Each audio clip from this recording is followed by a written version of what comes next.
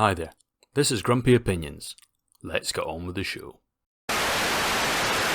So it's another week, another episode of Pluribus, the Apple TV show about Carol, one of the only survivors of an alien hive mind takeover.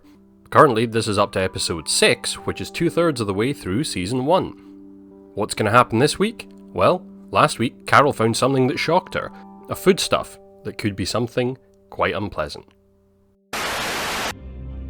Episode 6, HDP, picks up where we left off last time, as Carol frantically films a follow-up video showing that yes, the thing she was shocked at was in fact what we all thought it was, it's people. But instead of sending the video off in the post as she's been doing before, she packs a bag and drives to Vegas to see Mr. Diabetes, who's living out the dream of being a high roller in some kind of James Bondy Casino Royale role-playing session before heading off to a jacuzzi with a bevy of beautiful women. But Carol arrives, so they all leave, and Mr. Diabetes hangs around and surprise surprise, turns out he already knows about the Soylent milk, and while he doesn't think it's great, he understands that because most of the world's population will starve to death within the next 10 years. It's acceptable. And it turns out the rest of the normals are kind of the same mindset, because, they don't want everyone in the world to die. They just left Carol out of all the Zoom chats where they've been trying to discuss how to fix this, probably because she's an arsehole and nobody likes her, which is fair enough. So Carol leaves the next day, and just before she goes, Diabetes mentions that actually the Thems can't actually make them part of the collective because they need to get stem cells, and they can't get stem cells without injecting them with a needle, and they aren't allowed to hurt or harm them without their permission. So Carol's like, well, permission denied. So problem solved. For now. Oh, and remember the guy from Paraguay? Well, turn out he ran out of radio channels, although he did find one that was doing a strange sort of noise.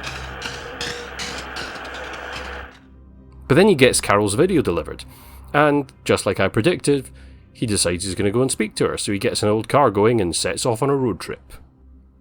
End of episode. So what did I think? Well, we're maybe getting somewhere, slowly, but not really. The good things, all the usual stuff, looks great, decent acting, and I actually laughed at a joke this week. So all the fucking lawyers in the world survived. So that's nice. And the sort of Bond sequence was nicely made, it was certainly well put together, it looked kind of fun from a filmmaking perspective. And I was interested by the information that the Thems can't even interfere with plants, so literally they can't even farm, which has much bigger implications for where the show might be going and what the upshot of the whole hive mind is actually about, but more on that later. It was also good to see Paraguay guy on his way. Also, the comment that his mum was a bitch, which is really interesting, because of course, why would he trust his mum if his mum has always been horrible to him and suddenly she's now nice, because that isn't his mother? And what about all the people who were bad, who are now suddenly good because of the hive virus? Again, these are really interesting points that would be lovely if the show actually discussed them in any way. But who knows, maybe someday, maybe later, maybe not, who knows. Also, finally we get confirmation that the internet works, and that's something because I was wondering. But otherwise, we're kind of in the same place we were last week, especially as regards Carol, because she's just back off to Albuquerque again. So honestly, I'm kind of stuck in the same place I was before. I want to like this show, and again, it's just a dribble or a trickle or a nanoblob of interesting plot inside a giant blancmange of filler and not that much else. And I've said this pretty much every episode, so I'm not going to belabor this point, you've all heard it enough. So instead, let's have a wee mental exercise. Okay, what if this episode had instead started with Paraguay guy getting the radio signal? But not all of that sequence. Just that first bit of him running out of radio channels and then turning to the one with the pips on it. And then after that first scene, we'd cut to a shorter version of the casino scene, cutting out a lot of this fluff. Or some of this fluff. And then boom, Carol's arriving. Then you could have just flashed back to a little bit of the Carol stuff, or simply had Carol explain why she's there, and then maybe 3/4 of the way through it, Diabetes could have just stopped her and gone, hang on, I know about this. Then shown her the John Cena cameo clip. Are you sure about that? I mean, we've literally just got 80% of the way through the episode, and we probably could have done that in about 25 minutes? Just cut out a whole load of fluff and made it way more engaging by editing the different storylines together. Kind of like how most shows actually do that. And then we didn't need all this, or shots like this, which, to be honest, don't really add anything at all. Or like this really long, protracted staring and not talking stuff. I mean, I'm not saying it's all bad. I did like this little moment, which again, could have been half the length, but the whole point being that Diabetes tries eating his breakfast the way Carol is having it, and he likes it, because it's different, because it's individuality. It's making a point, really, really bluntly.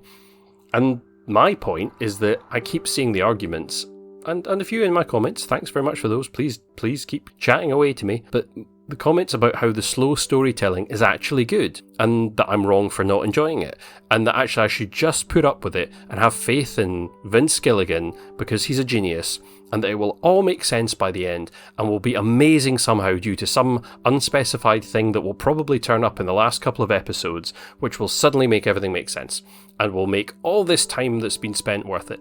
But that's not really how anything works. I mean, this is just slow.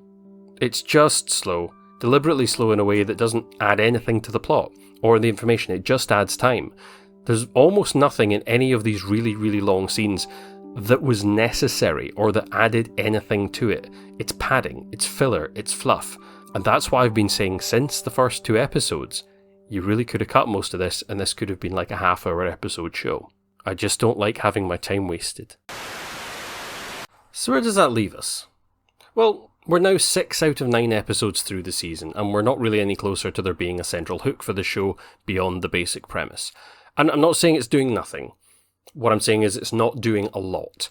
And what it is doing so very slowly in such a roundabout, dragging way that I can't really ignore that. And again, I've said this enough times.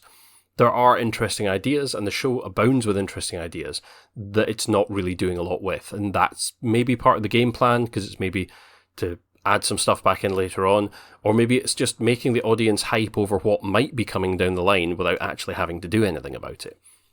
Keeping most of the interesting conversations out of the show and online where fans can just sit and make stuff up and get excited about it. And I will give it its credit, the fact that we know that the Thems are ultra-pacifist means that they can't kill anything, not even plants, although presumably that doesn't stretch to like bacteria and stuff because they still eat food and they clean things. So anyway, they did say that lots and lots of them are going to die. So presumably that must be part of the virus's plan, like a feature, not a bug. And that adds some credence to the idea that the aliens, or whoever started this virus and sent it out of space, probably want most of these people to die. Or that they want the survivors to be so few that they can live in equilibrium with the world, either to make sure the world is easy to conquer or colonize, or to strip mine it, or whatever. Or because it means that humanity isn't going to evolve beyond the state that we're at now, and we're not going to wreck the world and extinct ourselves, or we're not going to colonize space and be a threat to another alien. All of which are interesting ideas, all of which are potential concepts. I'm also really curious about the beeping radio thing. Now again, this could be a signal or a message or a pattern. I mean, it could be anything. It might be the original alien signal for all we know, or it might be a new one being broadcast by humanity back into space to continue spreading the parasitic virus to other potential planets and civilizations that might exist, spreading it out like space cancer or something. But I'm just theorizing on sci-fi stuff now, and where we are with Carol in the story and the other survivors doesn't give a huge amount, but at the same time gives absolutely everything because there is no plot laid out. I mean, Diabetes is a little bit more on her side. I mean, he definitely doesn't want to become part of the collective, and he also likes novelty and apparently avocado and scrambled egg toast, which he'd somehow never eaten together in one mouthful, despite him being the one that cooked breakfast and put toast and scrambled eggs and avocado on a plate for both of them as a meal that he made, and yet the concept of eating them as a sandwich had never occurred to him. Whatever. But Carol is back off home to Albuquerque to try and work something out, or watch more Golden Girls, it's not clear. And narratively, that's kind of a dead end for now, until inevitably we're going to find out that Sozia isn't part of the Hive anymore, because I'm pretty sure that is the case, more now than ever. But we aren't going to know much about that till next week, or possibly the week after, because the show does not want to leave us with a narrative breadcrumb trail that actually gives us a clear storyline to follow. So till next time, these have been my grumpy opinions.